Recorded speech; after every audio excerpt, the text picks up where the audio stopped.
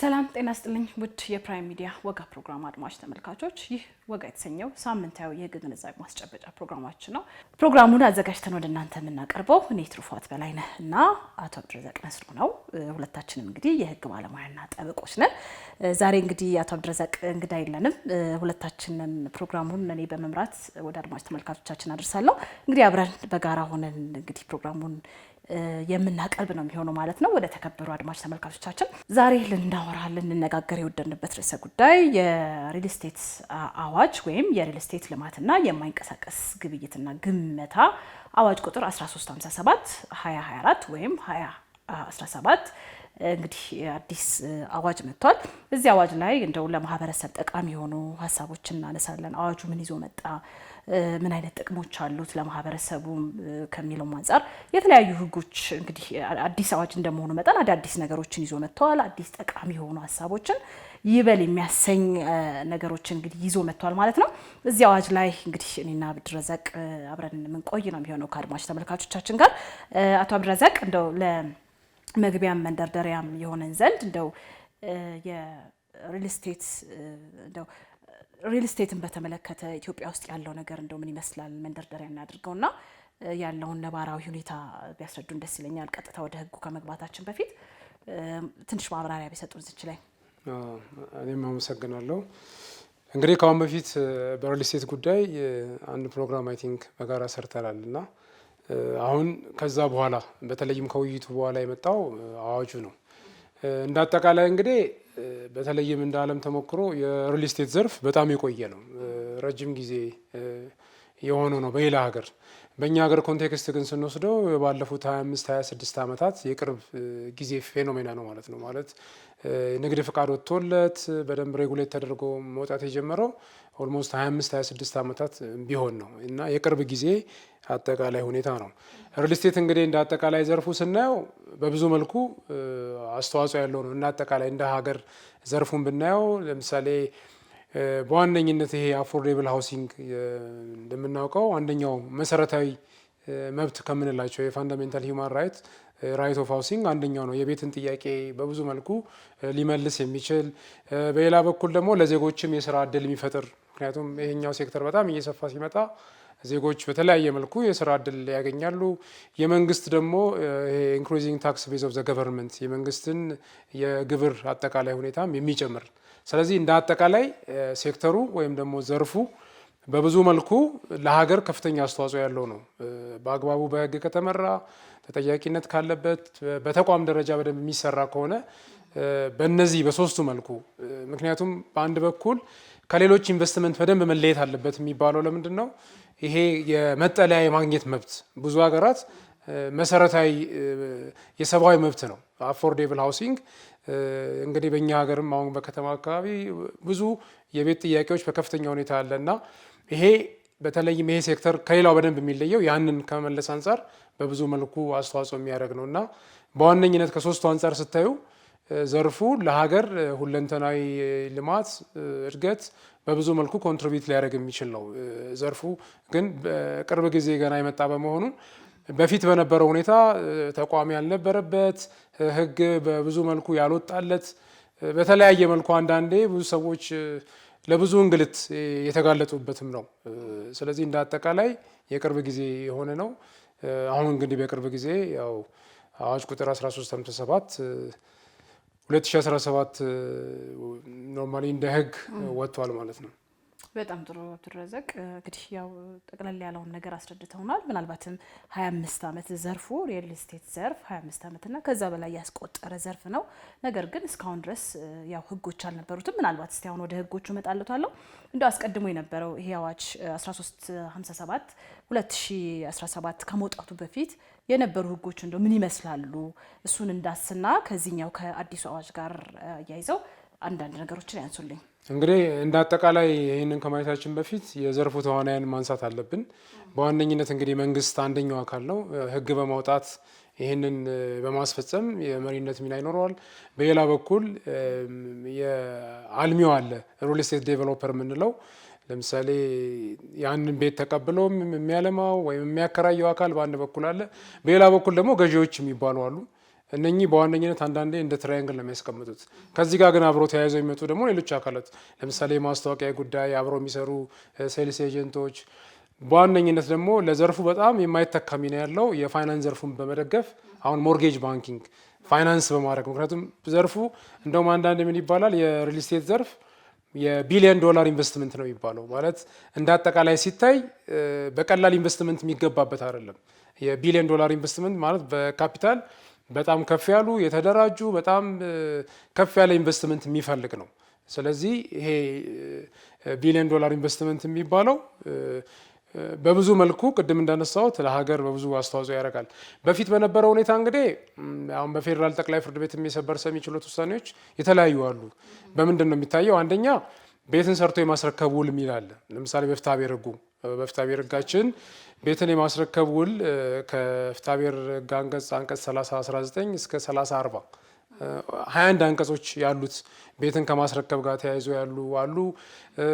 ከዛ በፊት እንግዲህ ሲቪል ኮዱ ከወጣ በኋላ እንደምናስታውሰው ህገ መንግስቱ አንቀጽ 40 አለ። ያን ተከትሎ የወጡ ደግሞ ከዚህ ዘርፍ ጋር በጣም የሚገናኝ ምንድነው?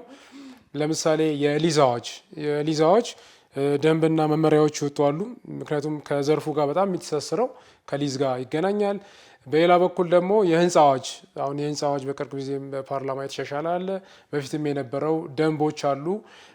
ለምሳሌ መምሪያዎች አሉ የሚዘጋጁ ህንፃን በተመለከተ። ምክንያቱም በአንድ በኩል ከዲዛይን ከኮንስትራክሽን ጋር የተያያዘ የተወሰነ ሼር የሚያደርገው ነገር አለ። ስለዚህ ይሄ የህንፃ አዋጅ አንደኛ፣ ሌላ ደግሞ የከተማ ልማት የሚባል አለ፣ የንብረት ምዝገባ አዋጅ ጋር በተያያዘ። ስለዚህ በአንድ በኩል በተለያየ ቦታ ተሰበጣጥሮ ነው ያለው። ኢቭን ተዋናያኑን ራሱ ብንወስድ ይሄ ዘርፍ በጣም የተወሳሰበ ነው የሚባለው። ኢንቮልቭ የሚያደርገው ሴክተር ኢቭን ከኮንስትራክሽን በጣም ይበዛል። ለምሳሌ ሴክተሩ ላይ ያሉ የሆነ ሊፍት ለመቅጠም ቢያስፈልግ ከማጋ መገናኘት አለበት፣ ኃይል ያስፈልገዋል። እቃውን ለማስገባት ከማጋ መገናኘት አለበት፣ ለምሳሌ ከጉምሩክ ኮሚሽን ጋር ይገናኛል። ስለዚህ እንትኑን ላይ ሴክተሩን ስታዩ ሴክተሩ የማይነካው ነገር የለም። ለምሳሌ ከውሃ አቅርቦት ጋር ብትይ አሁን በአዲስ አበባ ብንወስደው አዲስ አበባ ዋና ፍሳሽ ነው። ከመንገድ ጋር በተገናኘም የመንገድ ጥያቄዎች አሉ። እንደገና ደግሞ ከንግድ ጋር በዋነኝነት ደግሞ ከዲዛይንና ፈቃድ ጋር በተያያዘ አሁን የዲዛይን ጥያቄዎች አንዳንድ ይመጣሉ እና ከግንባታ ፈቃድ ጋር በተያያዘ ደግሞ ለምሳሌ የግንባታ ፈቃድና ቁጥጥር ባለስልጣን አለ እና በዋነኝነት በተለያየ ቦታ ያሉ አዋጆች ነው ገቨርን የሚያደርጉት።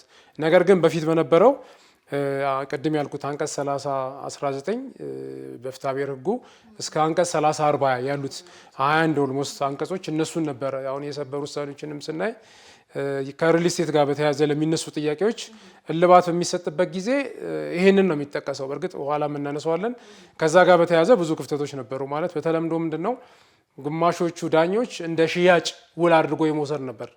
ልክ አሁን ለምሳሌ የሽያጭ ውልን ከወሰድሽው 2266 ጀምሮ አለ እና ብዙ ሰበር የቀረቡ ውሳኔዎች የሚደረገው ምንድን ነው እንደ ኖርማል ሽያጭ የማያያዝ ሽያጭ ግን እንደ አጠቃላይ ለተጠናቀቀ ላለቀ ነገር ነው ሰበርን በውሳኔው ላይ የሚለው ያንን ነው። ይሄ ግን አንዳንዴ ገና ያላለቀ ሆኖ ገና ቤቱ በመስራት ሂደት ላይ ያለ ለምሳሌ በጊዜ ያላስረከብከኝም በጊዜ ልታስረክበኝ ይገባል። ወይም ደግሞ አንዳንዴ ደግሞ ኖርማሊ ያሉ ለምሳሌ የሬጂስትሬሽን ጥያቄዎች ራሱ በሪል ስቴት ጉዳይ ላይ ተነስቷል። ለምሳሌ መመዝገብ አለበት ወይስ የለበትም ተብሎ ሰበር የቀረበ ጉዳይ አለ እና እንደ አጠቃላይ ዘርፉን ስታዩ በፊት በነበረው ሁኔታ ሲወሰንም አይ እንደ ሽያጭ ውል ከቆጠር ነው በዋነኝነት የሊዝ አዋጅ ዓላማ ነው ዲፊት የሚያደርገው። ምክንያቱም ካየሽው አሁን የሊዝ አዋጅ የወጣበት ምንድን ነው ማንም ሰው ለምሳሌ መሬት አድርጎ መሬቱ ላይ የሆነ ቫልዩ ሳይጨምር ቢሸጥ አንደኛ ህገ መንግስቱም ይከለከላል። ባዶ መሬት መሸጥ መለወጥ እንደማይቻል መሬት ላይ ያለውን ነገር ነው። በተለያየ በኩል ደግሞ መሬት ላይ አሴት ቫልዩ የሆነ ነገር ሳይደረግ ትራንስፈር የሚደረግ ከሆነ ዘሆል የሊዝ ዓላማን ዲፊት ያደርጋል ማለት ነው። በዛ ረገድ ጋር ተያይዞ የተለያዩ የሰበር ውሳኔዎች ላይ ከሪል ስቴት ጋር በተያያዘ የሚነሱ ጥያቄዎች የቤት ማስረከብ ውል ነው። ስለዚህ መታየትም ያለበት በፍትሐብሔር ሕጉ አንቀጽ 3019 እስከ 40 ባሉት አንቀጽ 3019 አጠቃላይ ዴፊኒሽኑን ይሰጣል። ምን ማለት ነው የቤት ማስረከብ ውል የሚለውን ነገር ያስቀምጥና ከዛ በኋላ ያሉትን ደግሞ በዛ መዳኘት እንዳለበትና በተለይም በሽያጭ ውል ሊዳኝ እንደማይችል በተለያየ መዝገብ ላይ ውሳኔ የተሰጡበታል ማለት ነው።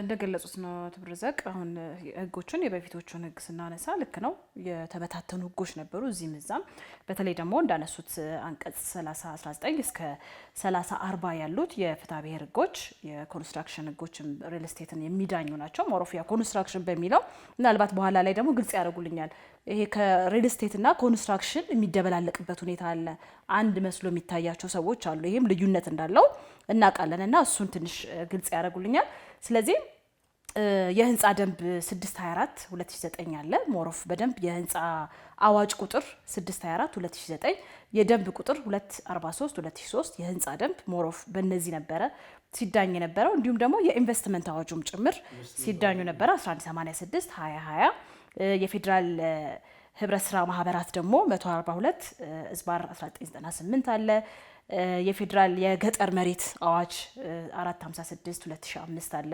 በእነዚህና በመሳሰሉት ዓለም አቀፍ ህጎች አሉ ከግንባታ ጋር የተያያዙ ህጎች አሉ ከውል ጋር የተያያዙ ህጎች አሉ በእነዚህ እንግዲህ ስንዳኝ ነበረ አሁን ግን ራሱን የቻለ ጥሩ የሆነ አዋጅ ወጥቷል ማለት ነው 1357 2017 ስለዚህ እስቲ ስለዛ ደግሞ ትንሽ ያንሱልኝ እንደው ምን አዲስ ነገሮችን ይዞ መጣ ምናልባት እንደው ከመብትና ግዴታ አንፃር ጠቃሚም ስለሆነ ለማህበረሰቡ እንደው ሪል ስቴት አልሚው ያለበት ግዴታ ምን ይመስላል ብዙ አዳዲስ ነገሮችን ይዞ መጥቷል ከዚህ ጋር ተያይዞ በዘልማት ሲሰሩ የነበሩ ነገሮች ነበሩ አሁን ግን ወደ ህግ መተው በአንድ ማዕቀፍ ውስጥ የገቡበት ሁኔታ አለና እስቲ እንደው ግዴታቸው ምን ይመስላል የሪል ስቴት አልሚዎችን በተመለከተ ምናልባት አልሚዎችን ብቻ ሳይሆን ደንበኞችን በተመለከተ ግዴታዎችን አስቀምጧል በግልጽ አስቀምጧል አዋጁ ነገር ግን እስቲ ከአልሚዎቹን ጀምረና እንደው ምን አዳዲስ ነገሮች ይዞ መጣ የሚለውን ትንሽ ያንሱልኝ እንግዲህ ማለት አጠቃላይ ዘርፉን ስናይ በተለያየ ብዙ ችግሮች የነበሩበት ነው ለምሳሌ በዋነኝነት ባለቤት አልነበረውም ለምሳሌ በተለምዶ ሚዲያ ነው በቃ የሚኬደው የሆነ ቤት ሲያስረክብ ሲቀር ቴሌግራም ላይ ቡድን ይመሰርታሉ በተለያየ መልክ ይጠይቃሉ ወይም ወደ ሚዲያ ይሄዳሉ ስለዚህ ሲባሉ አንዱ ሲነገር የነበረው ምንድነው ባለቤት አልባ ዘርፉ ባለቤት አልባ ነበረ ስለዚህ አንዱ አዋጁ ዘርፉ ባለቤት እንዲኖረው አድርጓል አንደኛው ይሄ ነው አዎ አንደኛው አዋጁ መለሰ የተባለው ዘርፉ የሪል ስቴት ዘርፍ ባለቤት እንዲኖረው አድርጓል ምክንያቱም የት ነው የምንሄደው ለምሳሌ ቅድም እንዳልነው በአንድ በኩል ከዲዛይን ጋር በተያያዘ አለ ከግንባታ ፍቃድና ቁጥጥር ባለስልጣን አለ የመሬት ጉዳይ አለ እና በፊት ያነሱ ሰዎች የት ነው ሄደን የምንጠይቀው ከሪል ስቴት ጋር ያሉ ጉዳይ ለምሳሌ አንዳንዴ 100% ኢቭን ተከፍሎ ቤቴን መረከብ አልቻልኩም እንግዲህ አንስቢ 100% ከፍለሻል አንቺ ቤቱን ግን መረከብ አልቻልሽም ስለዚህ ይሄ አዋጅ ቁጥር 1357 ዘርፉ ባለቤት እንዲኖረው አድርጓል ይሄ አንደኛው ሲነሳ የነበረው ነው ማለት መንግስት ይሄንን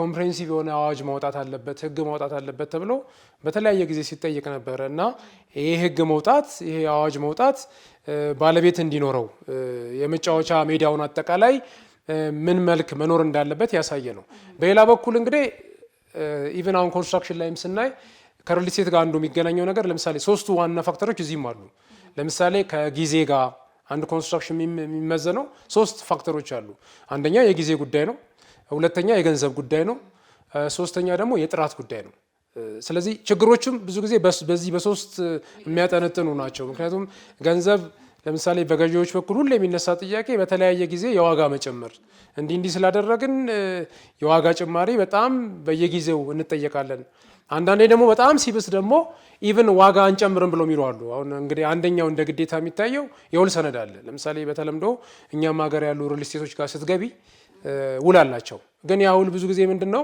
ኋላ እናነሳዋለን እንደ አድሄሲቭ ኔቸር አለው ማለት እንደ አጠቃላይ ስታዩ በእነሱ ብቻ የሚዘጋጅ ስለሆነ በአንድ በኩል የማርላት አጠቃላይ ሁኔታ አለ ግን ፔስቶ ነው የሚቀርብበት ሁኔታ ስላለ በብዙ መልኩ ምክንያቱም አንደኛው ግዴታ የሚመነጨው ከሱ ነው አሁን ቅድም ያልሽው ግዴታ ለምሳሌ አብዛኛውን ጊዜ ሪል ስቴቱም ሌላውም አንዱ ክርክር ይነሳል ለምሳሌ ጄኔሬተር ልታቀርቡልኝ ይገባል ወይም ደግሞ ውሃ የለም ብለሽ ካልሽ አሁን በነዛ በኩል የሚነሳው እንደዚህ የሚባል እኮ አግሪመንት እኮ ውል ውስጥ አልገባንም ስለዚህ አንደኛው ለምሳሌ አንቀጹም አሁን የአዋጅ ቁጥር 1357 መጀመሪያ የሚያስቀምጠው ቅድም ያነሳ ነው ሌሎች ህጎች እዚህ ላይ ተፈጻሚነት እንደሚኖራቸው ያነሳል ሁለተኛው ደግሞ አጠቃላይ የውል ስምምነቱን የውል ስምምነቱን 24ን በተለይ ስፔሲፊካሊ እሱ ባይዘው በቅርብ ጊዜም ደግሞ መሻሻል ተደርጎበታል አዋጅ የህንጻ አዋጅ በቅርብ ጊዜ የተወካዮች ምክር ቤት አሻሽሎታል ግን እንደ አጠቃላይ ምንድነው የውል ሰነዱ እንደ አንድ በፓርቲዎች መካከል እንደ አግሪመንት ነውና በተለምዶ እንደውም ሪል ስቴቶች ሲከራከሩ ሚዲያ ላይም በብዛት ያለውና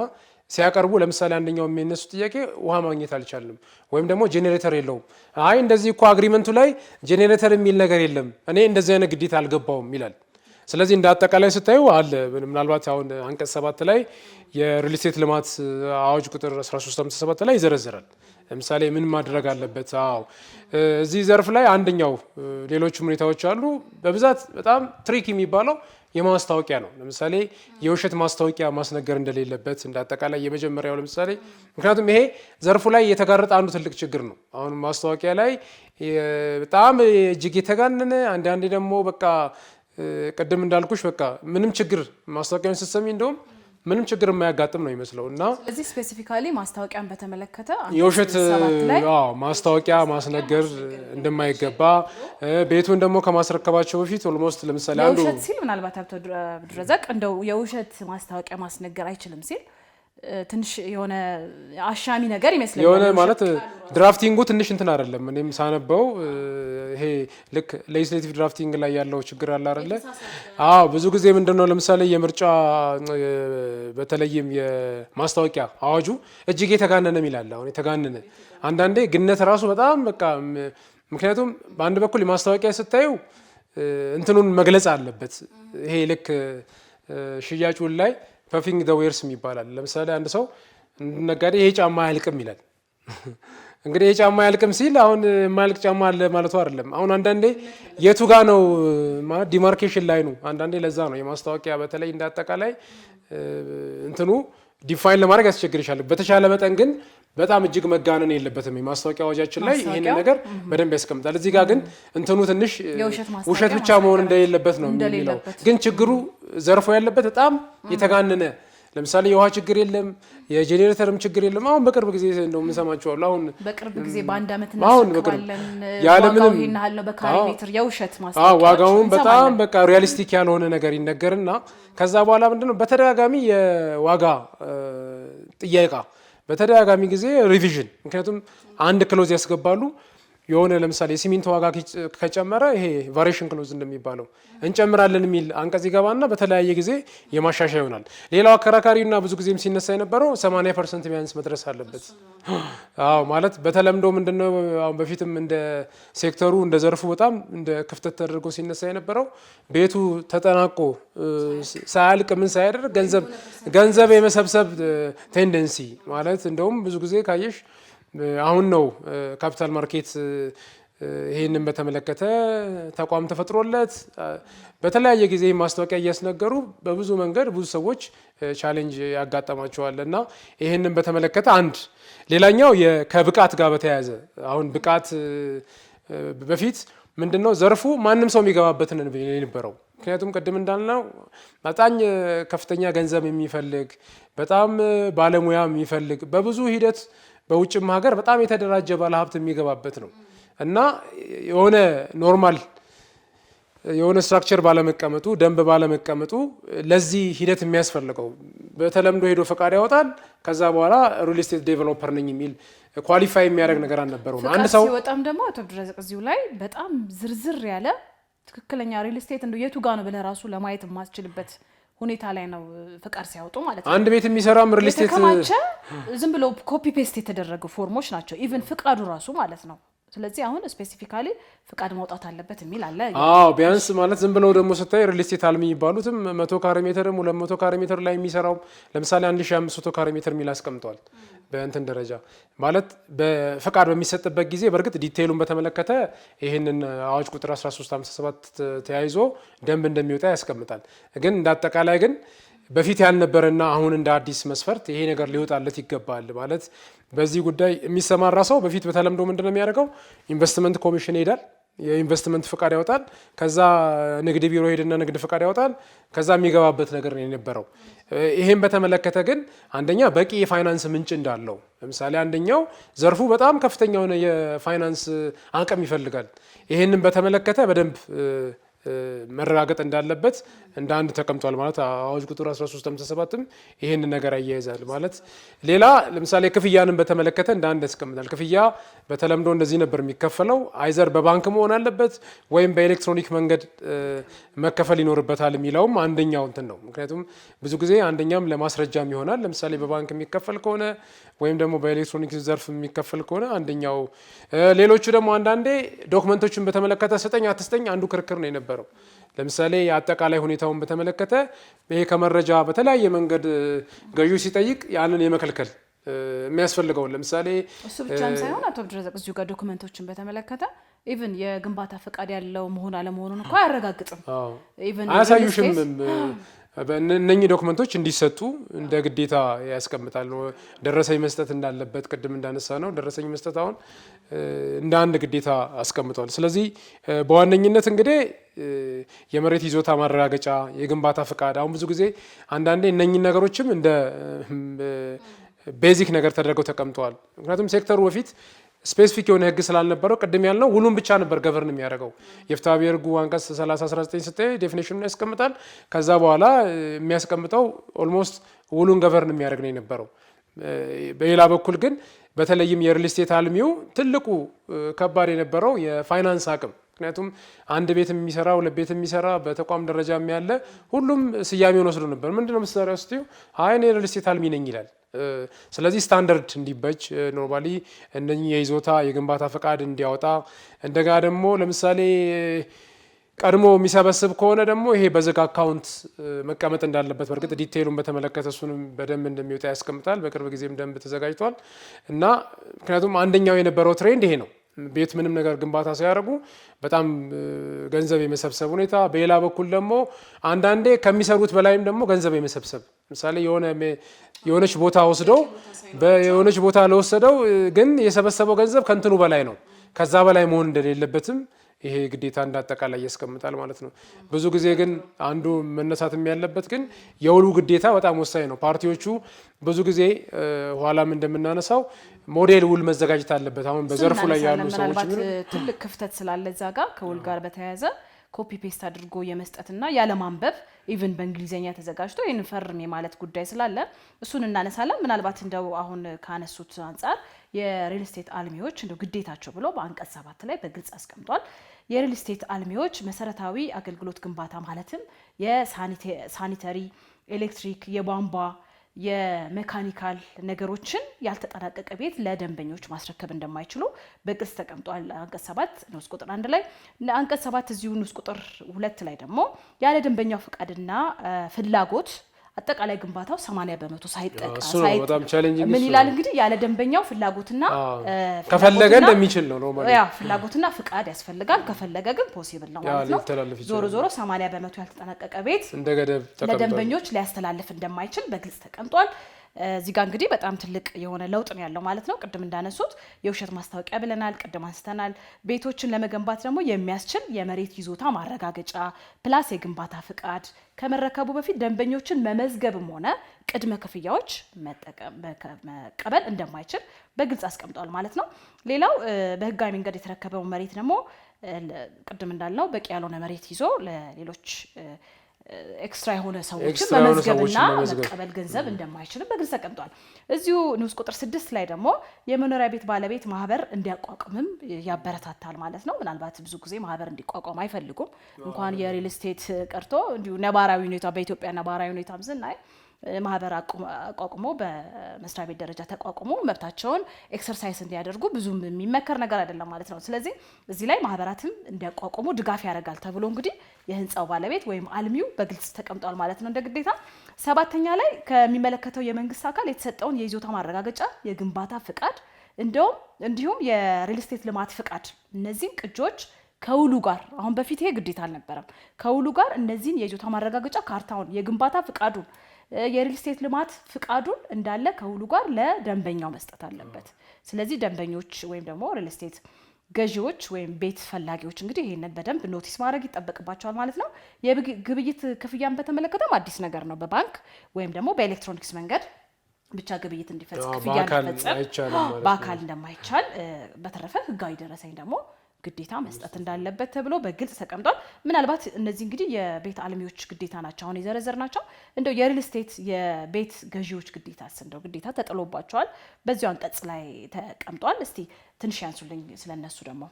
በሌላ በኩል እንግዲህ ልክ የነሱንም ግዴታ እንዳነሳ ነው በዛ በኩል የሚነሳ ቻሌንጅ አለ። ለምሳሌ ከክፍያ ጋር ተያይዞ ነው የሚያነሱት። አሁን አብዛኛው የሪል ስቴት አልሚዎች በኢትዮጵያ ውስጥም አንዱ የሚያነሱት ነገር በጊዜ አይከፍሉም። ምክንያቱም ውሉ ላይ በተለያየ መቅጠር ይቀመጣል እና በ3 ወር በ6 ወር በእንደዚህ ብሎ ያስቀምጣል እና በጊዜ ያለመክፈል ሁኔታ ይስተዋላል ማለት ነው። በእነሱ በኩልም ያለ አንዱ ጥያቄ ወይም ደግሞ እንደ ጩኸትም ልትይው ትችያለሽ። እነሱ በጊዜው ያለመክፈል ልክ ተከራይና ከራይ ጋር እንደሚነሳው አይነት ክርክር ነው በጊዜ መክፈል በተመለከተ።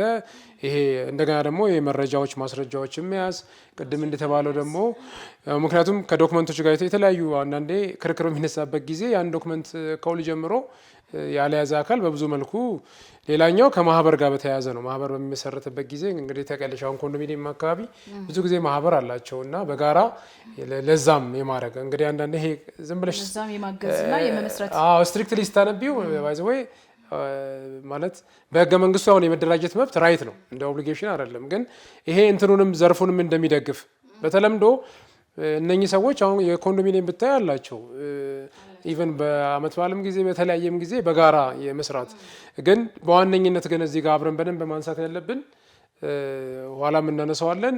አብዛኛው ሰው ውሉንም አያነብም ማለት ይወስዳል እንትኑ ላይ ስላልተቀመጠ ውል ማንበብ አለበት ተብሎ ሊጠቀስ አይችልም። ግን ቅድም እንዳነሳ ነው አንደኛው አስገዳጁ ምንድነው የውል ሰነዱ ነው።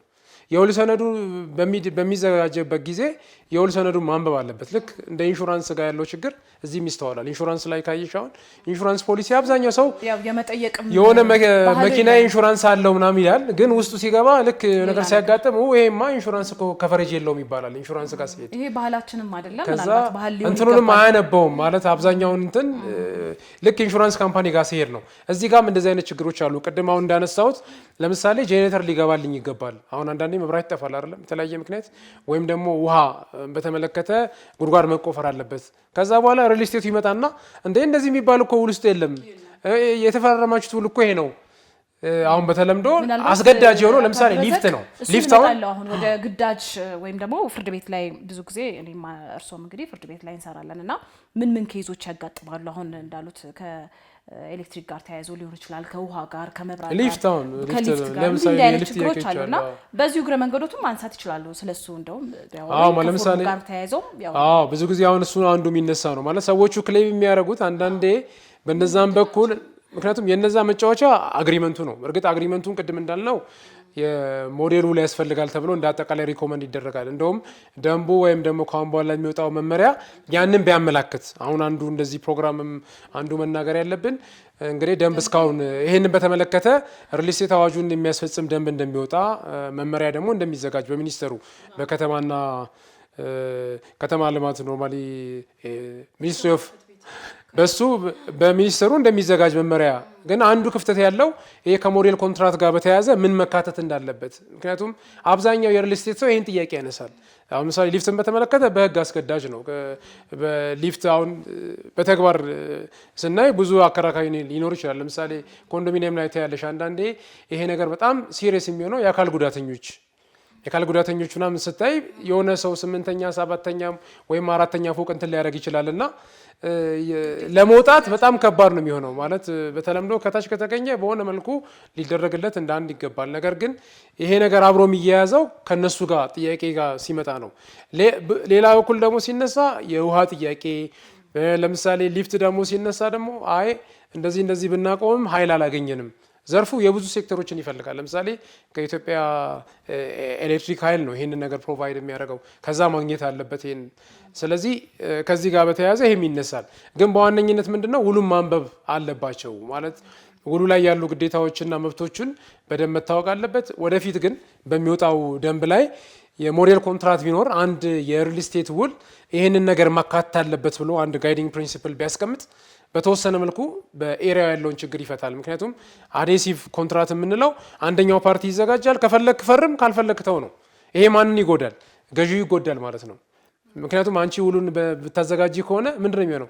ለራስሽ በሚጠቅም መልኩ በተለምዶ አድሄሲቭ ኮንትራት የሚባሉት ያ ነው። ለዛኛው ፓርቲ በሚጠቅም መልኩ በእርግጥ ህጉ ያንን ክፍተት ለመሙላት ወደ ውልጋ ከሄድን ላላዘጋጀው አካል በሚጠቅም መልኩ መተርጎም አለበት ነው የሚለው። ግን እንደ አጠቃላይ ውሉ ምን መያዝ እንዳለበት የሆነ የሚያመላክት ነገር ቢኖር አንደኛው ችግሩን ከመቅረፍ አንፃር አስተዋጽኦ ይኖራል ማለት ነው።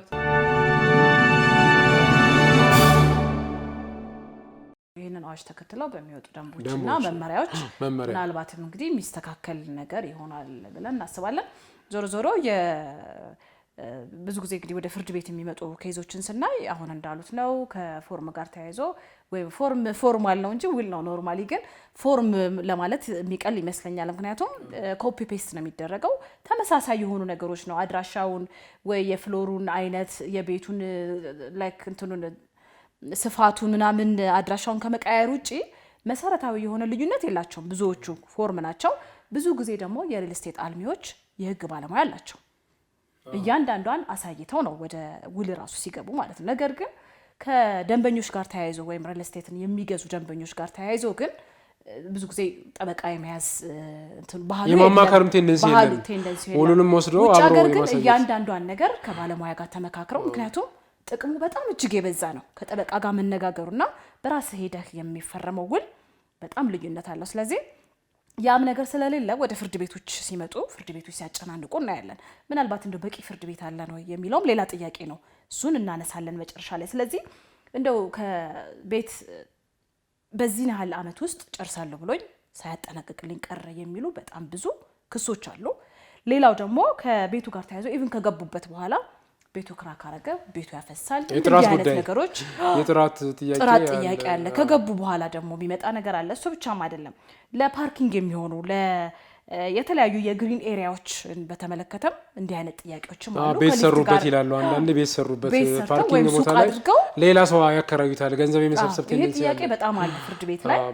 ባዶ መሆን የነበረበት ቦታ ኖርማሊ የሆነች ቤት ይሰሩበትና ያከራዩታል ወይ ደግሞ ለተለያዩ አገልግሎቶች ከዲዛይኑ ውጭ ነው ባይዘው። ወይ ዲዛይኑ እኮ ሲፈቀድ እኮ ኦልሬዲ የዲዛይን ፕላን አለ፣ በዛ ውስጥ ነበር መሆን የነበረበትና እንዲህ አይነት ነገሮች ወደ ፍርድ ቤት ሲመጡ እናያለን ማለት ነው።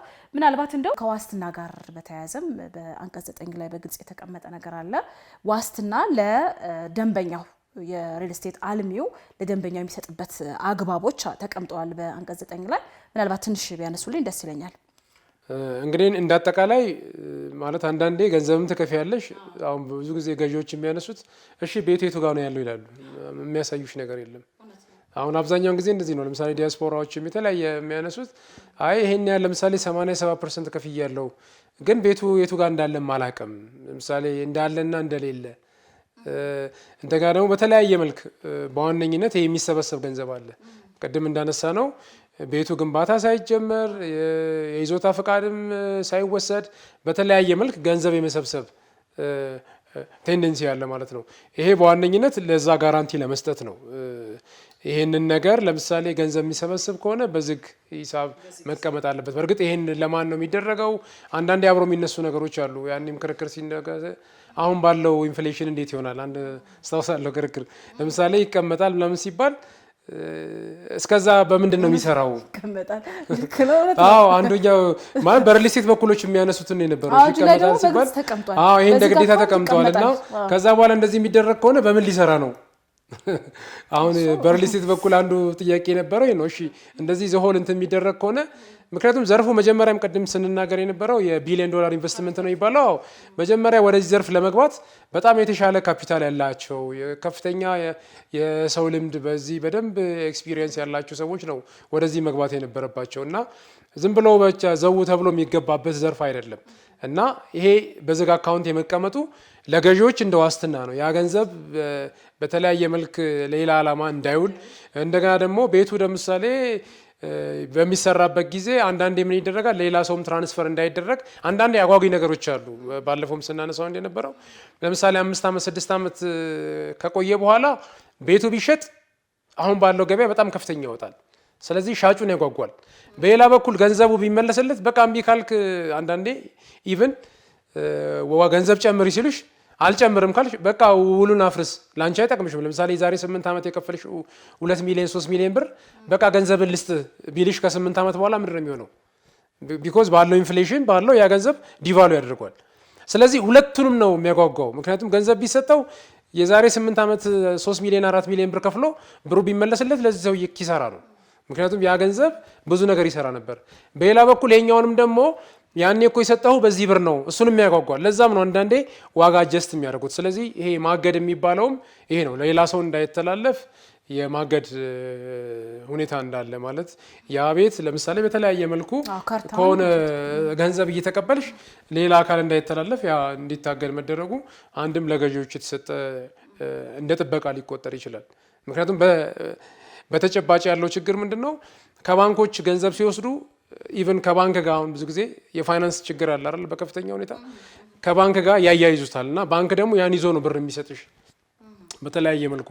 አንዳንዴ በሌላም ወገን ይያዛል። እንግዲህ እንደሚታወቀው ሞርጌጅ ላይ በባንክ በሚያዝበት ጊዜ ባንክ ታውቂያለሽ ሴኪዩርድ ክሬዲተር ነው፣ የተሻለ እንትን ይኖረዋል እና እነሱ ገንዘብም ስለሌላቸው አንዱን በእርግጥ በዘርፉ ላይ ያለውም ትልቅ ችግር ፋይናንስ የሚያደርግ በቅርብ ጊዜ ነው። አሁን ጎህር ባንክ እንደዚህ ተብሎ በሌላ ሀገር በጣም የተደራጁ አሉ። ቤትን ፋይናንስ ሊያደርጉ የሚችሉ የፋይናንስ ተቋማት ስታብሊሽ ያደርጋሉ። እኛ ጋር በቅርብ ጊዜ ነው አሁን ጎህ ለምሳሌ በዋነኝነት የቤት ፋይናንስን ጥያቄ ለመፍታት በዚህ ረገድ ብቻ የተደራጀ። ምክንያቱም ስፔሻላይዝ ያደረጉ ባንኮች በብዛት አናይም። በእርሻ ላይ ከቤት ጋር በተያያዘ የሚሰጥ ሌላ ሀገር ቢሆን ስፔሻላይዝ ያደረጉ አሉ። ለምሳሌ ካፒታል ከሆነ ካፒታል ኢንቨስትመንት ላይ ብቻ ባንክ አለ። ይሄ ከሆነ ሞርጌጅ ባንክ አለ። በፊት አሁን እንደሚታወቀው የኮንስትራክሽንና ቢዝነስ ባንክ ከመፍረሱ በፊት አንደኛው ነገር ይሄን ነበር የሚሰራው። ስለዚህ አንደኛው የማገድ ነገርም አንደኛው ዋስትና ለመስጠት የተደረገ ነው ማለት ነው። ምናልባት አቶ አብዱረዛቅ ብዙውን ጠቅሰውታል። በዚሁ አዋጅ ላይ በአንቀጽ 9 በግልጽ እንደተቀመጠው አንደኛ በቤት ቅድሚያ ሽያጭ ስልት ለመስራት መፈለጉን አግባብ ያለው አካል አሳውቆ ፍቃዱን እንግዲህ ፍቃድ ማግኘት እንዳለበት ያመለክታል። ቅድመ ክፍያ መቀበል ከፈለገ ለአግባብ ላለው አካል አሳውቆ ቅድመ ክፍያውን ፍቃድ ለመቀበል ፍቃድ ማግኘት እንዳለበት በ9 ንዑስ ቁጥር 1 ላይ በግልጽ ያመለክታል። ሁለተኛ የሚሰበሰበውን ገንዘብ በዝግ አካውንት ቅድም እንዳለው አቶ አብዱረዛቅ እንዳሉት በዝግ አካውንት ገቢ መደረግ እንዳለበት፣ ይህንንም ደግሞ ገቢ ሲያደርግ በፍቃድና እውቅና መሰጠት እንዳለበት ከሚመለከተው አካል ብሎ እንግዲህ በግልጽ አስቀምጧል። ዝም ብሎ በዝግ አካውንት አስቀምጫለሁ ብቻ ማለት ሳይሆን ሌላ ሶስተኛ ወገን ማወቅ እንዳለበት የመንግስት አካል በሚመለከተው አካል ፊት ይህንን ማድረግ እንዳለበት በዝግ አካውንት ማስቀመጥ እንዳለበት ያመለክታል። ሌላው ግድ ነው። አሁን አቶ አብዱረዛቅ እንዳነሱት መሸጥ የሚፈልግ ወይም ያንን ሊሸጠው ያሰበውን ቤት በተመለከተ መሸጥ እንደማይችል የይዞታ ማረጋገጫው ወይም ደግሞ ለተጠቃሚዎች እስኪተላለፍ ድረስ በሚመለከተው አካል እንዳይሸጥ እንዳይለወጥ እንዲታገድ ማድረግ ነው። ይችላልም አይደለም እንዲታገድ ይደረጋል። ቅድም ማብራሪያ እንደሰጡበት ነው። ለሶስተኛው ይሄም ትልቅ እምርታ ነው። ምክንያቱም እየሸጡ እየለወጡ ያሳዩክና መጀመሪያ ላይ ያው እዚህ አካባቢ ነው ምናምን ይሉና ከዛ በኋላ ሸጠው ለውጠው ወደ ሌላ ሀገር ቀይረው የሚኖሩበት አግባብ ስላለ ይህንን ኮንትሮል ማድረጉና እግድ መሰጠቱ በጣም አግባብ ነው። ኢቭን በዝግ አካውንት ደግሞ ገቢ የተደረገውንም የሆነውን ገንዘብ እንዲለቀቅ በደንብ የሚወሰን ይሆናል። ወደፊት እንደው ለማስለቀቅ ራሱ እስካሁን በአዋጁ ላይ የተቀመጠ ነገር የለም። ነገር ግን በደንብ የሚወሰን ይሆናል ብሎ በግልጽ አስቀምጧል ማለት ነው አዋጁ።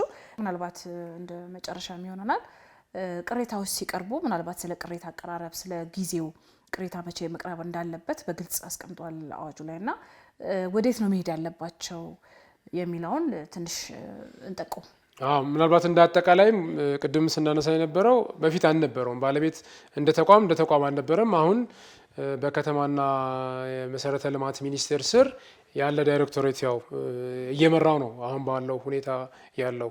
ይሄ አዋጁ ግን የቅሬታ ሰሚ ኮሚቴ ሊዋቀር እንደሚችል በዋነኝነት ይሄኛው ቀጥታ ወደ ፍርድ ቤት ከመሄድሽ በፊት ያ ቅሬታ ሰሚ ኮሚቴ ያንን ጉዳይ ሊያይ እንደሚችል።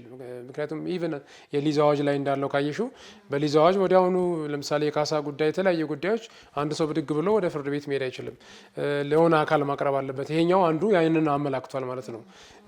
እንግዲህ አሁን ባለው ግን አብዛኛው የሊዝ አግሪመንቶችን ብናይ ኦልሞስት በኤዲአር ሊፈታ እንደሚችል ነው የሚያስቀምጡት። ለምሳሌ ስምምነቶችን ብናይ ቀጥታ ፍርድ ቤትን እንትን አያደርግም። እኔ ለምሳሌ ያዩዋቸው ውሎች አሉ 4-5 የገጠሙኝም ምንድነው የሚሉት ምንድነው ወደ ፍርድ ቤት ከመሄዱ በፊት በተቻለ መጠን በመነጋገር ወይም ደግሞ ይሄ ኦልተርናቲቭ ዲስፒዩት ሪዞሉሽን የምንለው ከፍርድ ቤት ውጭ ባሉ በሆነ ቀን ውስጥ ሊፈታ እንደሚችል ያ ፌል ካደረገ ወደ ፍርድ ቤት እንደሚሄድ ነው ያለው ኖርማሊ አሁንም ያለው ፕራክቲስ ይሄ ነው። ህጉም ደግሞ ያንን ነው ማለት ያ ቅሬታ ሰሚ ኮሚቴ ለምሳሌ ግንኙነቶችን በተመለከተ አይ ቲንክ በ30 ቀን ውስጥ መቅረብ አለበት። በዛ በቀረበው ጊዜ ያ ነገር ፌል ካደረገ ለምሳሌ ቅሬታ ሰሚ ኮሚቴ አግባብ ላለው የፍርድ ቤት ኖርማሊ በዛ ጉዳይ ላይ እንግዲህ ባለው ሃይራርኪ ማለት ነው በምናውቀው ገንዘቡን በተያያዘ ባለው ሊያቀርብ ይችላል ማለት ነው። ቀጥታ ወደ ኮርት እንደማይሄድ ይሄም አዋጅ አንዱ አስረግጠዋል። በሌላ በኩል እንደውም በቅርብ ጊዜ አንድ በኢትዮጵያ ውስጥ ያሉ የሪል ስቴት አልሚዎች በጋራ ማህበር መስርተው እንደውም የአርቢትሬሽን ወይም ደግሞ የግልግል ተቋም መስርተዋል። እንደዚህ አይነት ነገሮች መኖራቸው በአንድም በኩል ፍርድ ቤት በጣም በከፍተኛ ሁኔታ በብዙ መልኩ እንደሚታወቀው እንግዲህ የግልግል ተቋማት ኤክስፐርት ከማግኘት አንጻር ከጊዜ አንጻር ኖርማሊ የኤፊሽንሲ ጥያቄ አለ። አንዳንዴ የኤክስፐርቲዝ ማለት ዘርፉ ለምሳሌ አንዱ ማንሳት ያለብን አንዱ ችግር ያለበት በጣም እያስፈለገ በሚዲያ እየተነገረ በዚህ ዙሪያ የሚሰጡ ዩኒቨርሲቲዎች እኔ አሁን አንዳንዴ ይገርመኛል። ዩኒቨርሲቲዎች ለምን እዚህ ላይ ለምን ስፔሻላይዝ ቢያንስ በማስተርስ ፕሮግራም ማስተርስ እንኳን አይኑር አጫጭር ፕሮግራም ለምን እንደማይሰጥ ግልጽ አይደለም። ለምሳሌ አጫጭር ስልጠናዎች ሌላ ሀገር በጣም አሉ። ለምሳሌ ሪል ስቴት ላይ አጫጭር ስልጠናዎች በእኛ ሀገር ኮንቴክስት ባለው ብንወስደው ለምሳሌ የኮሜርስ በዚህ ረገድ ብዙ ነገር ይሰራል እና አንደኛው እንደ ክፍተቱም እዚህ ጋር መመላከት ያለብን ዩኒቨርሲቲዎች ይሄ ሪል ስቴትን በተመለከተ የፕሮግራም ቢቀርጹ። ምክንያቱም በተጨባጭ የሪል ስቴት ጥያቄዎች አሉ በከፍተኛ ሁኔታ ቅድም እንዳነሳ ነው የቤት ዲማንድ አለ። በዚህ ዙሪያ ካሪኩለም ቀርጸው ካሪኩለም እንኳን በዲግሪ በማስተርስ እንኳን ባይሉ አጫጭር የ6 ወር የ2 ወር የ3 ወር አድርገው ቢቀርጹ በዋነኝነት ይሄንን ነገር እንደ አንድ ክፍተት ብዙ ጊዜ የምታያቸው ለምሳሌ መንገድ ላይ ቤት ግዙ ምናምን የሚሉ አሉ። ያለ በቂ ስልጠና ያለ በቂ ትምህርት ማንኛውም ግለሰብ ገብቶ የሚሰራበት ነውና እነኚህ ሰዎችንም ከማብቃት ከማስተማርም አንጻር ዩኒቨርሲቲዎች ኮሌጆች ይሄንን አንድ ክፍተት ቢኖሩ በቅርብ ጊዜ አንድ ተቋም ነው ያየሁት ይሄንን በተመለከተ ደሳለኝ ይሄንን መጽሐፍ በአጋጣሚ የጻፉ ሰዎች ናቸው።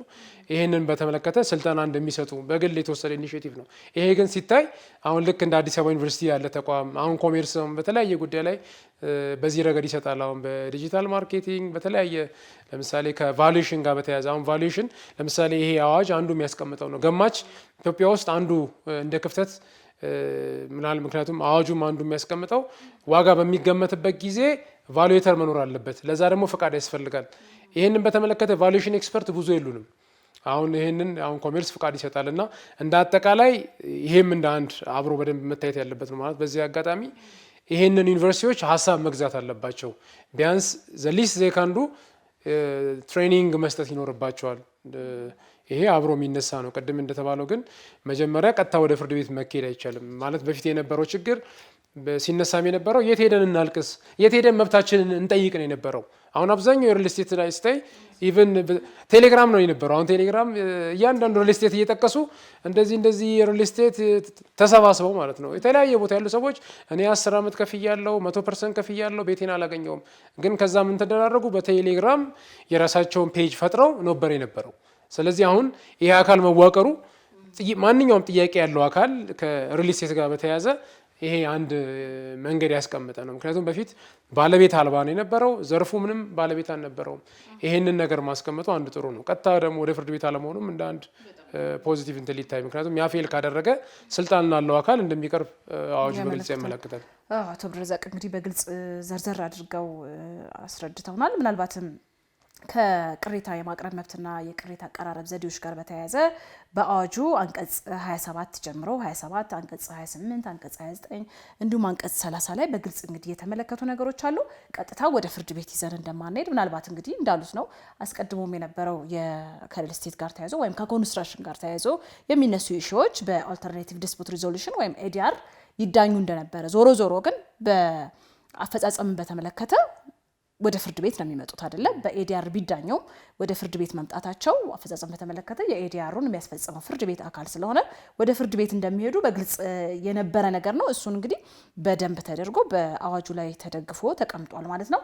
ለቅሬታ ሰሚ አካል ቅሬታቸውን ማቅረብ እንደሚችሉ ይሄም ደግሞ በዚህ አንቀጽ ኮሚቴ ተዋቅሮ ነው የሚለው በከተማ ከንቲባ ወይም ለወረዳ አስተዳደር ሆኖ ኮሚቴ ይዋቀራል። በከተማ ከንቲባ ደረጃ ወይም ደግሞ ለወረዳ አስተዳደር ኮሚቴዎች ይዋቀራሉ። አቤቱታዎች ይቀርባሉ። ማስረጃዎችን ያሰባስብና ውሳኔውን አግባብ ላለው አካል ያቀርባል ነው። ኢቭን ያ ኮሚቴ የተዋቀረው ኮሚቴ ውሳኔውን ለአግባብ ላለው አካል ምናልባት የአግባብ ያለው አካል ማን ነው የሚለውን ወደፊት በመመሪያና በደንብ የሚወጣ ሆኖ ሳለ በአግባብ ያለው አካል በድጋሚ አግባብ ያለው አካል የሚባለው በድጋሚ 2 ጊዜ ነው ቅሬታው የሚመረመረው በግልጽ እንዳስቀመጠው አንቀጽ 30 ላይ በግልጽ ስለ ቅሬታ አቀራረብ ተቀምጧል። ስለዚህ ያኛው ኮሚቴው አባላት ዝርዝርና ኃላፊነትን በተመለከተ ወደፊት በሚወጣ መመሪያ መሰረት የሚወሰን ሆኖ እነዚህ 2 አካላት ቅሬታቸውን መርምረው ውሳኔ እልባት ይሰጣሉ። በዚህ ውሳኔ እንግዲህ ቅር የተሰኘ አካል ካለ ደግሞ በፍርድ ቤቶች መብቱን ኤክሰርሳይዝ ማድረግ እንደሚችል በግልጽ አስቀምጧል ማለት ነው። ምናልባት እንግዲህ ፍርድ ቤቶች ውስጥ እንደው በቂ ናቸው ወይ የሚሉ ብዙ ድምጾች አሉ፣ ብዙ ሰዎች ያነሳሉ። አንድ ፍርድ ቤት ነው ያለው ምናልባት በፌዴራል የመጀመሪያ ደረጃ ፍርድ ቤት 3 ዳኞች ያሉት አንድ ቤንች እንዳለ እናውቃለን። በከፍተኛም ፍርድ ቤት ደረጃ እንዲሁ አንድ ቤንች እንዳለ እናውቃለን። ምናልባት ይሄስ ፍርድ ቤት እንደው በቂ ነው ወይ የሚሉ ደግሞ ጥያቄዎች አሉ። እውነትም ኤክስፐርቶች የሉም ወይ? በቂ ዳኞች ጠፍተው ነው ወይ? ለሶስቱ ብቻ እንደ ትልቅ ሸክም ነው። ምክንያቱም ሪል ስቴት በጣም ትልቅ የሆነ ዘርፍ ነው። አጠቃላይ ኮንስትራክሽን ስንል በጣም ትልቅ የሆነ ዘርፍ ነው። ባይዘው የኮንስትራክሽን ዳኞች ናቸው እነዚህ። ሪል ስቴትንም አብሮ ነበር የሚያዩት ማለት ነው። ዞሮ ዞሮ አሁንም አብሮ የሚታይ ነው የሚሆነው የተለየ ነገር ስለሌለ ማለት ነው። ስለዚህ እነዚህም እንደው በቂ አይደሉም ብለን በዚሁ ለመጠቆም እንወዳለን። የሚመለከተው አካል በቂ የሆነ ምናልባት የጊዜ መጓተት አለ፣ የመሰላቸት ነገር አለ። ቤንች ራሱ ቢዋቀር እንደ አንድ ሶሉሽን ነው። ሪል ስቴትን በተመለከተ አንደኛው ምናየው ነገር ራሱን የቻለ ቤንች ቢኖረው ማለት ኮንስትራክሽን ባይዘው በጣም ሰፊ ነው። ለምሳሌ የመንገድ ላይ ራሱ የሚነሱትን ጉዳዮች ብታይ በጣም ትልቅ ፔጅ ብዛት ያለበትም ለማገላበጥ እንኳን አይደለም ቀደሽ እንኳን የምትጨርሺው አይደለም እና እዛ ጋር ያለ ሰው በጣም ቢዚ ነው የሚሆነው። ስለዚህ ሴክተሩ አንዱ እንደውም እንደ አንድ ሌላ ሀገር ብታይ ራሱን የቻለ ስፔሻላይዝድ የሆነ ቤንች ቢኖረው አንዱኛ እንደዚህ ፕሮግራምም አይ ቲንክ ፎርዋርድ ማድረግ ያለብንም ይሄ ነው። የፍርድ ቤት ፕሬዚዳንቶች በዚህ መልኩ ይሄ ቢዋቀር በክልልም በፌዴራልም አካል ቢኖር በዘርፉ ያለውን ነገር እንደ መርዳት ሊቆጠር የሚችል ነው ማለት ነው። እንግዲህ እንደ መጨረሻ ማለት ያለብን ቅድም እንዳነሳ ነው ትልቁ ያለው ችግር የመዘግየት ችግር ነው ማለት ባይዘው አንዳንዴ ቢዘገይ አልሚውም በብዙ መልኩ ዋጋ ይከፍላል። በአንድ በኩል የባንክ የሚከፍለው ገንዘብ አለ፣ ኢንፍሌሽን አለ፣ በብዙ መልኩ እሱን ዋጋ ያስከፍላል። ነገር ግን የፌዴራል ጠቅላይ ፍርድ ቤት የሰበር ሰሚ ችሎት በመዝገብ ቁጥር 16977 ላይ አንድ ውሳኔ ሰጥቷል። በጊዜ ያለማስረከብ ያ ሰውዬ ለምሳሌ በጊዜ ቢያስረከበ ኖሮ ይሄን ያህል አከራይ ነበር ብሎ የኪራይ ወጥቶለት በኪሳራ መልክ ሊጠይቅ እንደሚችልና ያ ነገር ሊወሰን እንደሚችል ውሳኔ ተሰጥቶበታል ማለት ነው። ስለዚህ በፊት በተለምዶ ዝም ብሎ ነበር የሚታለፈው ማለት 5 ዓመት 10 ዓመት ቅድም እንዳልኩሽ እንደውም አንዳንዴ 100% ሰው ከፍሎ እንዴት ይዘገይበታል? እኔ አሁን ብዙ አንድ ያጋጠመኝ ጉዳይ እንደዛ ነው። 100% ከፍያለሁ ግን ቤቱን ያው 6 ዓመት ሆነው ሳያስረክበኝ። ስለዚህ እንደዚህ በሚሆንበት ጊዜ የፌዴራል ጠቅላይ ፍርድ ቤት ሰበር ሰሚ ችሎት የኪራይ ተመኑን በተመለከተ ተወስኖ አሁን በፍትሐብሔር ሕጉ ብትወስጂ በማዘጋጃ ቤት በሚወሰን ክፍያ ነው የሚለው። በዛ መሰረት የቤት ኪራይ ምክንያቱም ሰውየው ቤቱ ቢሰጠ የኖረው እዛ ኖር ነበር፣ ግን ቤቱ በጊዜው ባለመሰጠቱ 30 ሺህ ብር 40 ሺህ ብር የቤት ኪራይ እየከፈልኩ ነው እና ይህንን ለ8 ዓመት የከፈልኩትን ገንዘብ ክፈለኝ ብሎ የመጠየቅ ሁኔታዎችም ስላሉ ይሄ በዚህ ረገድ አልሚዎችን በደንብ ማወቅ አለባቸው። ማለት በአንድ በኩል ይሄ ተጠያቂነት እየመጣ ስለሆነ በጊዜ ቢያስረክቡ፣ አንዳንዴ ደግሞ የተጋነነ ለምሳሌ በ1 ዓመት በ2 ዓመት የማይጨርሱትን ስምምነት ውስጥ ባያስገቡ የራሳቸውንም ስም ምክንያቱም ብዙ ጊዜ ይሄንን ነገር ለማሳወቅ ስለሆነ የእነሱም ስም ያደርጋል። በዋነኝነት ደግሞ ገዢዎችን መናገር ያለብን ማስታወቂያውን ብቻ ሰምተው መግባት እንደሌለባቸው የሆነ ሪል ስቴት የሚናገርበት ጊዜ ካለ ከአሁን በፊት የገቡ ሰዎችን ቢያንስ ሄደው ጠይቀው አንኳኩተው መስማት አለባቸው። እንደዚህ የሚባል ሪል ስቴት እንደዚህ እያለ ነው፣ ምክንያቱም የሆነ አካባቢ እኮ ሰዎች እየኖሩ ነው። ስለዚህ ሄደው ቢያንስ ገዢው ይሄንን ጥረት ማድረግ አለበት። ዝም ብሎ በጣም አማላይ ማስታወቂያ ብቻ ሰምቶ እዚህ ስምምነት ውስጥ መግባት የለበት የሚለውን በዚህ ፕሮግራም ማሳወቅ ፈልጋለሁ። ስለዚህ እንደ ማጠቃለያ እንግዲህ በጣም ጥሩ አዋጅ ነው። ምናልባትም ከረጅም ጊዜ በኋላ የመጣ አዋጅ ነው። ምናልባት የተለያዩ ጥያቄዎችን የሚፈታ ኢኮኖሚያዊ፣ ማህበራዊ ጥያቄዎችን የሚፈታ የመንግስትንም ጥቅም የሚያስከብር የህዝብንም ጥቅም የሚያስከብር አዋጅ ነው ብለን መውሰድ እንችላለን ማለት ነው። እንዳጠቃላይ አቶ አብዱረዛቅ እንግዲህ ውይይታችን በዚሁ የምናጠናቀቅ ነው የሚሆነው። አመሰግናለሁ በጣም ክቡራና ክቡራት የፕራይም ሚዲያ ወጋ ፕሮግራም አድማጭ ተመልካቾች ፕሮግራማችን እስካሁን ያያችሁትን የተከታተላችሁትን ይመስል ነበረ። ጥሩ የሆነ ቆይታ እንደነበራችሁና ግንዛቤ እንደጨበጣችሁበት እንግዲህ ባለሙሉ ተስፋ ነን። በቀጣይ በአዲስ ርዕሰ ጉዳይ ከአዲስ እንግዳ ጋር የምንገናኝ ነው የሚሆነው። እስከዛው ቸር ሰንብቱልን።